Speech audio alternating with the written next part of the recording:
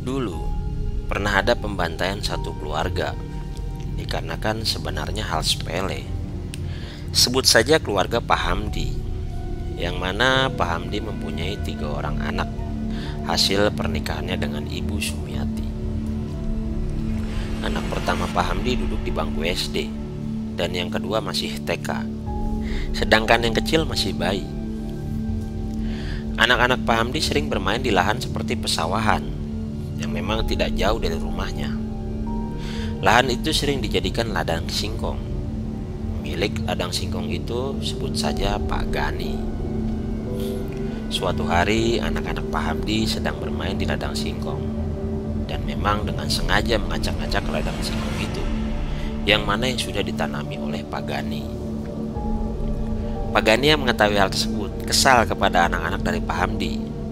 Bukannya menegur, malah Pak Gani merencanakan ide gilanya dengan melenyapkan keluarga Pak Hamdi. Info yang gue dapet sih memang bukan sekali 2 kali lahan Pak Gani dirusak akibat sering diinjak-injak oleh anak Pak Hamdi. Keesokan harinya Pak Gani dibantu oleh keponakannya merencanakan untuk menghabisi keluarga Pak Hamdi. Mereka sudah menyiapkan parang yang disimpan di balik baju Pak Gani. Siang hari rumah Pak Hamdi tampak sepi, karena memang Pak Hamdi sendiri sedang bekerja dan anak pertama mereka pun masih di sekolah, belum pulang. Hanya menyisakan istri dan kedua anaknya. Istri dari Pak Hamdi yaitu Ibu Sumiati sedang mencuci pakaian. Anak kedua sedang menonton TV. Dan anak ketiga pun sedang ditaruh di ayunan kecil di pintu kayu dengan tali terbuat dari kain. Saat itu Pak Gani dan keponakannya masuk ke rumah Pak Hamdi melalui pintu belakang. Melihat istri Pak Hamdi yang sedang mencuci, Pak Gani pun langsung membekapnya. Dan seketika itu pun Pak Gani mengeluarkan parang yang dibalik bajunya. Tanpa berpikir panjang, Pak Gani pun membacok Ibu Sumiati. Seketika itu pun jatuh tersungkur dengan bersimbah darah. Selanjutnya keponakan Pak Gani pun menghajar anak kedua Pak Hamdi tanpa ampun, memukul kepalanya menggunakan benda tumpul hingga tak bernyawa. Mendengar kegaduhan itu, anak ketiga Pak Hamdi yang masih bayi pun menangis. Karena pusing dengan tangisan bayi itu, Pak Gani pun menghampiri bayi itu, mengikatnya dengan kaki di atas, kepala di bawah, serta mengikat muka bayi itu dengan kain. Benar-benar keji memang yang dilakukan Pak Gani. Tidak berselang lama anak pertama Pak Hamdi pun pulang. Mendengar ada seorang, Pak Gani dan ponakannya pun sempat ngumpat di belakang rumah. Masuklah anak pertama Pak Hamdi melihat rumah berantakan. Dia pun mencari ibunya. Melihat ibunya bersimbah darah dan tidak bernapas lagi, dia pun lari nangis ingin keluar dari rumah. Akan tetapi Pak Gani pun mengejarnya hingga mengebas parangnya ke anak pertama Pak Hamdi mengakibatkan punggungnya sobek. Tetapi anak tersebut masih berlari keluar. Seketika Pak Gani dan keponakannya pun kabur lewat pintu belakang. Warga yang melihat anak itu pun berlari penuh darah pun membantunya. Anak tersebut menceritakan keadaan rumahnya sambil menangis ke warga di situ. Barulah warga di situ berdatangan. Pak Hamdi pun ditelepon oleh warga bahwa memang istrinya dan anaknya sudah meninggal. Akhirnya bergegaslah pulang Pak Hamdi.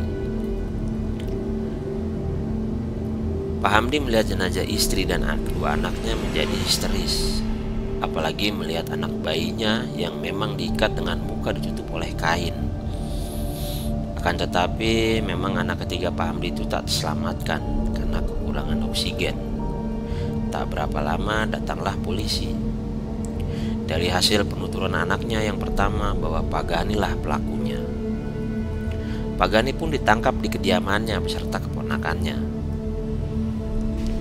Seminggu setelah kejadian, Pak Hamdi akhirnya pindah karena tidak kuat mengingat kejadian yang ada di rumahnya itu.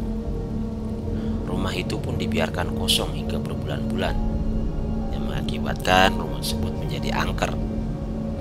Banyak warga yang mendengar suara bayi atau orang minta tolong dari dalam rumahnya.